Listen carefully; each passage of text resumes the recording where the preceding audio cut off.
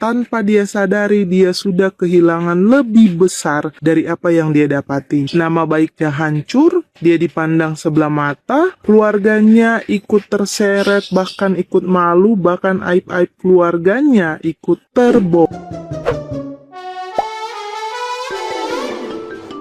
Konflik internal keluarga Onsu kian memanas setelah adanya ancaman pembongkaran rahasia besar di tengah perebutan hak asuh anak.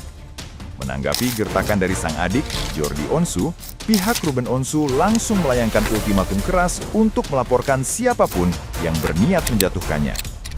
Langkah hukum ini diambil demi mengamankan reputasi Ruben dari upaya pencemaran nama baik yang sengaja dilakukan.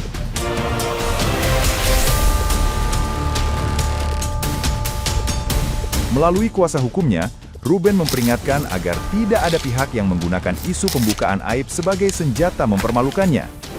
Tindakan menyebarkan rahasia pribadi tanpa konteks jelas dinilai sebagai perbuatan melawan hukum yang didasari oleh niat jahat. Pihak Ruben menegaskan bahwa ancaman tersebut sama sekali tidak akan menyurutkan langkah persidangan yang dijadwalkan bergulir pertengahan Juli mendatang.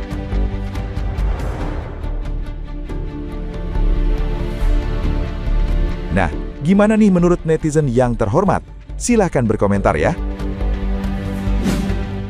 Oh, jadi ini berita yang bakal dibilang besar nih, beredar nih chat-chatan katanya si Onsu sama laki-laki. Sejak kapan WhatsApp .2 kayak gini nih? WhatsAppnya .2, tombol-tombol video call kayak gitu, terus tulisan-tulisan today huruf besar. Aduh, ini bala-balanya si Sarkawi. Coba belajar dulu, lebih banyak ngedit-ngeditnya. Ini berita besar yang ditutupin itu, yang ala-ala si Ruben si RO ini chat-chat lekes-lekes. Coba kalian lihat-lihat nih chat-chatnya nih. Coba ada yang janggal nggak di WhatsApp? Emang WhatsApp kalian kayak gini bentuk video call, tombol-tombol, menu-menunya kayak gini? Ini berita lo kurang besar. Sudah, ini untuk para neti besar 350.000, ya kan? So cantik lo, 8 gue cantik, 8 cewek, wanita tulen, ya kan? Cantik. Belum jadi artis, kagak mau jadi artis. Bukan artis aja kayak gini ya pan, bibir asli ya kan, sedagu-dagu gue asli, hidung apa lagi asli ya, asli, sealis-alis mata-mata asli, kagak dirombak-rombak ya pan. Nape panas itu, gemes gue, dibayar. Diem. Kalau sangkamanya lo yang ngina ini, udah gak mau ngina lo, tapi ya gitu. Gemes gue. Kemarin ya, ada anjing Gunung Kawi bersama seekor dugong bertemu dengan mantan majikannya tanpa merasa berdosa. Dia datang mau cium tangan. Kok nggak tahu malu banget ya. Di belakangnya dia udah menghina, mencaci maki. Di depannya manis kayak seekor peri. Dasar ya, anjing Gunung Kawi bermuka dua dan juga dugong berlemak di mana-mana. Kalau salah itu minta maaf. Oke, minta maaf dulu, baru manis-manis di depan mantan juragan dan juga mantan majikan. Dengar, minta maaf ya, dan juga jangan sok, dan juga tahu diri, tahu terima kasih, dan tahu malu. Kok bisa ya persaudaraan sampai segitu pecahnya ya antara adik dan kokohnya ya. Janganlah sampai seperti itu ya. Apalagi ini adiknya ngomong di medsos bahwa akan ada rahasia besar yang akan dia buka mengenai kokonya ya.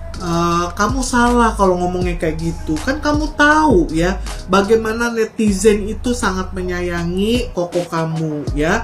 Karena netizen tahu bagaimana baiknya koko kamu ya. Walaupun mungkin kamu menceritakan apapun, mau keburukan atau kejelekan dari koko kamu ya, tetap itu adalah masa lalu kokomu ya. Netizen itu melihat masa kini dan masa selanjutnya ya. Netizen itu tidak mau lagi melihat masa lalu seseorang ya. Pokoknya di sini netizen itu bersikap netral ya. Yang benar akan kita bela, yang salah akan kita salahkan. Nah, dalam hal ini kamu salah seperti itu sama kokomu ya. Harusnya kalau ada yang terjadi di antara kalian berdua, selesaikan baik-baik ya. Jaga nama baik orang tua kalian ya. Harusnya kalian yang bersaudara itu saling menopang, saling mengampuni, saling menolong ya.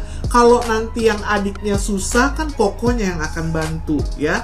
Kalaupun kokonya susah, adiknya yang akan bantu kokonya. Itu yang baik di dalam perhubungan persaudaraan ya. Jadi janganlah kayak gitu. Kamu yang rugi sendiri loh. Lihat, 2 hari kamu jualan, saya lihat ya isinya emoticon semua ya. Sepertinya tidak ada yang membeli ya. Tapi nggak tahu kalau fans kamu masih beli, ya itu bersyukur ya. Tapi kan kamu ini seorang affiliate ya. Jadi kamu jangan seperti itu ya. Itu akan merugikan kamu ya. Kalaupun harta kamu sebanyak apapun ya, kalau kerjaan kamu habis, tidak ada yang percaya kamu lagi, lama-lama uang setinggi gunung pun akan habis gitu loh. Jadi ya udahlah ya, nggak usah lagi ngomong-ngomong lagi di medsos, mau buka kayak rahasia apapun mengenai kokomu, nggak usah. Stop ya, hentikan masalah keributan antara kamu dan kokomu ya. Baik-baik kalian ya. Oke ya, bye-bye. Nih banyak banget yang nanya ya, Ruben itu sebenarnya berapa bersaudara sih? Kan udah aku bilang, udah aku jelasin, Ruben itu 4 bersaudara. Yang pertama Ci Ripka, yang kedua Ruben, yang ketiga Ijul, yang keempat si Jordi.